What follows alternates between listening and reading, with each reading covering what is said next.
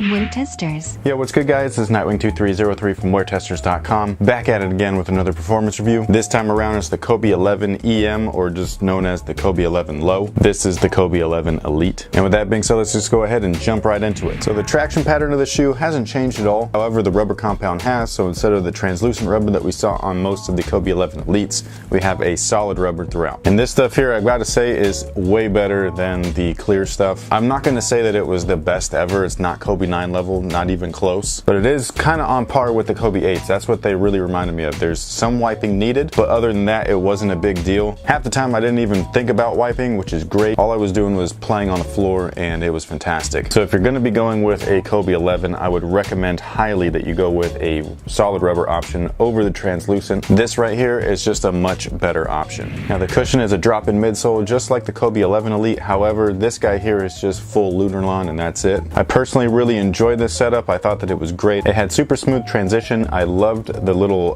dual density feature that they have right here. So this is a much firmer foam than the rest of it. And so if you over or under pronate, let's just kind of keep that heel area stable. Something that's rare to see in a basketball shoe, to be perfectly honest. So I think that this is great. Normally they do that stuff to cater for runners, but to see it in a hoop shoe, not bad. Now what you're going to get out of this guy here is a much bouncier feeling Lunar. There are no flex screws like there are in the Elite version, but it feels awesome. These guys feel like they got a little bit more rubber in them. So like I said, they're a little bit more bouncy and you still get that really low to the ground, responsive ride with some impact protection, which I love. However, there is a big dislike with this guy here. Instead of having a bunch of raised bumps on the footbed to kind of keep that grip on there for your socks, instead they've kind of reversed that and they made the pattern go into the cushion here, and then there's no liner on there. So with additional sweat buildup, I was having some slipping inside the shoe, which I did not like. Again, it was very similar to my Kobe 8 experience, but the great thing with the drop-in midsoles is that you can completely customize your ride with the stuff that they have available, and this is the one that had the liner that I like, so this is what I used. Materials are definitely the most notable change between the two models. This guy here features full-on engineered mesh with some fuse overlays for some structure, support, and additional protection for high wear areas. I personally prefer this setup here. The materials were awesome. They were lighter. They were way more flexible, way more forgiving. There was no disconnect between you, the materials, and your foot. And all around, I just thought that this was a better setup. I mean, I don't know what else to say. I know that Flyknit is very popular, but for whatever reason, they have engineered mesh down pat. And I feel like Flyknit in basketball is still a work in progress, even after like, what, 3 years or something like that. So going with something like this, for me personally, I just thought that this was better. Now the only downside is that this is less durable than the Flyknit material, but other than that, I mean, this is where it's at right here. As far as their fit, I'd say go true to size. And again, I believe that the lockdown in this guy was just better than the Elite version. Like I said earlier, the materials fit close to your foot. You have a really nice snug one-to-one fit here, whereas these guys felt narrow, but they had some volume above your foot right here in the toe box. These guys feel narrow, but they also wrap right over your foot, and it feels amazing. And just a small thing that I really like, that's something that's usually overlooked, is the way that the laces are placed. You could see that everything kind of goes at an angle a little bit. Now it's real hard to see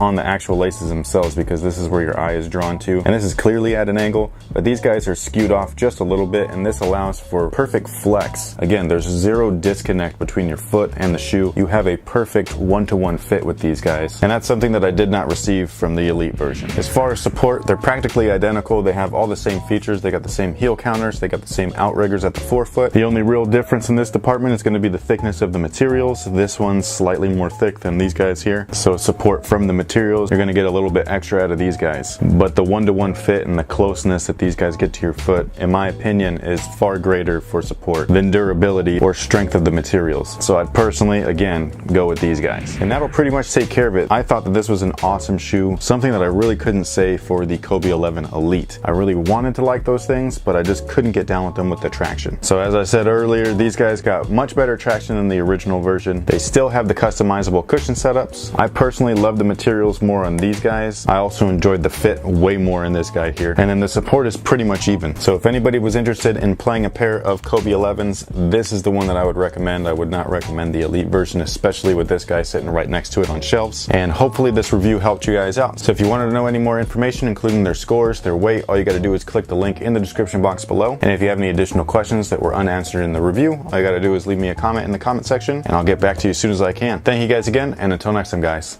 have a good one. Tissue paper. There you go. Some more NMDs.